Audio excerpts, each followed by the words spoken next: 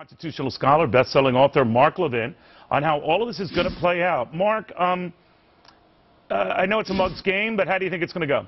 Well, I'm not going to tell you how it's going to go, except in this regard. Whatever happens in the high court, I predict that the executive branch under Obama and Holder will do everything possible, as well as the HHS secretary, to evade whatever the Supreme Court does and look for various methods of executive fiat to implement as much of the law as they can.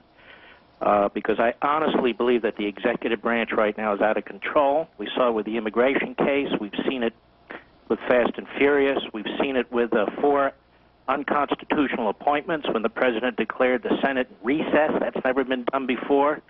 We see the attacks on state voter ID laws, which have been upheld by the Supreme Court before.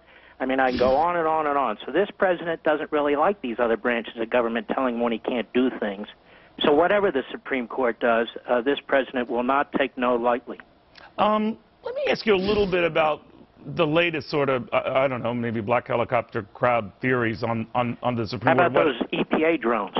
Well, I'll get into that. I do want to talk a little bit about, do you get a sense that some of the justices get miffed being typecast? In other words, whether Justice Kennedy or Justice Brennan, that they don't like that, and they might rebel from that and go out of form just to make a statement. I know they shouldn't be so driven, but that was one of the arguments for them passing this health care as it stands and not getting in the way of it. What do you make of that? Well, it seems to be a disease that only Republican-appointed justices get. The liberal justices, the activists on the court, they're never worried about how they're typecast or the characterization of who they are and what they do.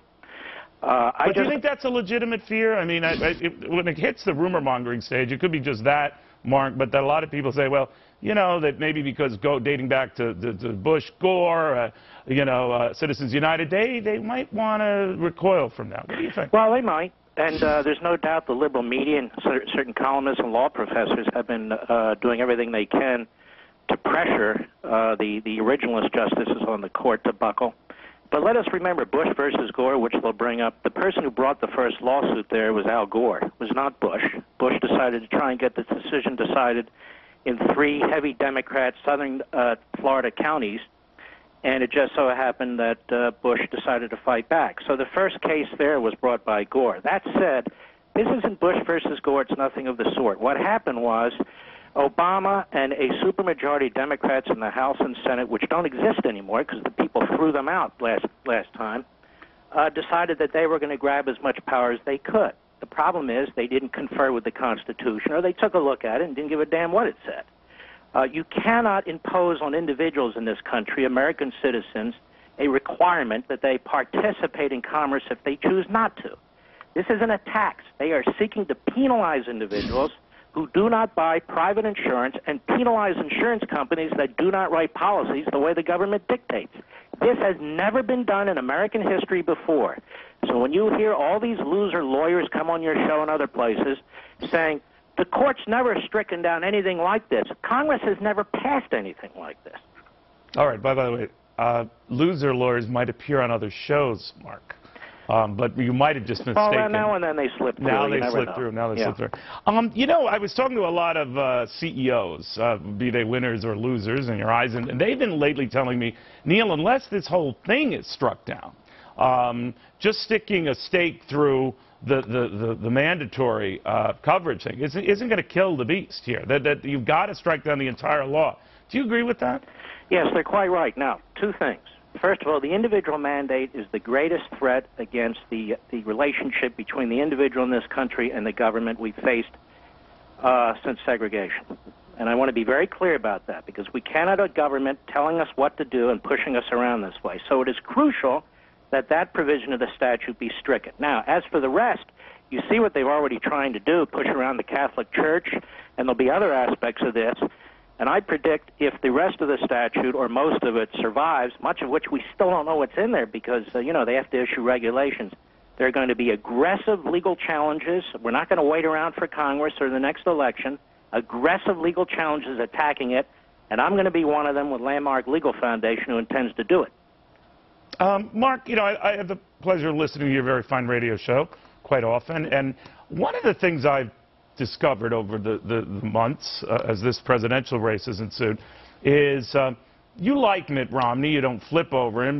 I guess he's a moderate to your liking. He's not exactly your cup of tea. But I think you have also said that you would prefer a can of orange juice to the president. Having said that, right. Do you think you do Mitt Romney harm? Because you reach millions of people. You're an uber best-selling author.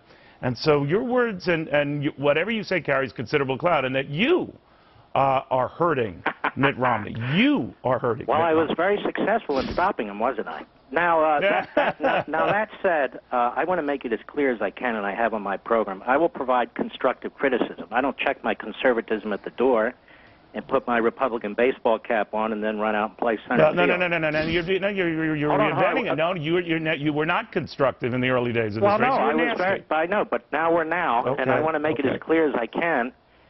Mitt Romney must lose.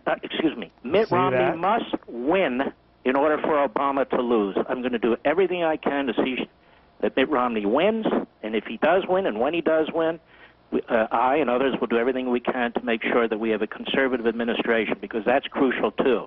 But that said, everything I can do in my power, whether it's legally with Landmark Legal Foundation, whether it's with my books or on the air, will be aimed at defeating this administration, because I think that they are showing their ankle, and their ankle looks very tyrannical to me.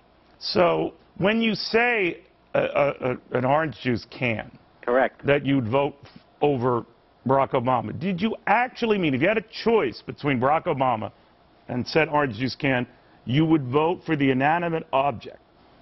Well, that's absolutely right. There is no way that I would vote to continue to fundamentally transform America. There is no way I would vote to continue to empower a man who has imperial designs on the presidency and has demonstrated that. And there's no way I would vote for a man who would create a society that is so miserable for my children and grandchildren. So that's absolutely correct. All right, I'm going to put you down as a maybe on the president. But, Mark, it's always a pleasure. Thank you very, very much. God bless, brother. Take care. Mark Levin, best-selling author. He has a hell of a radio show, too, man.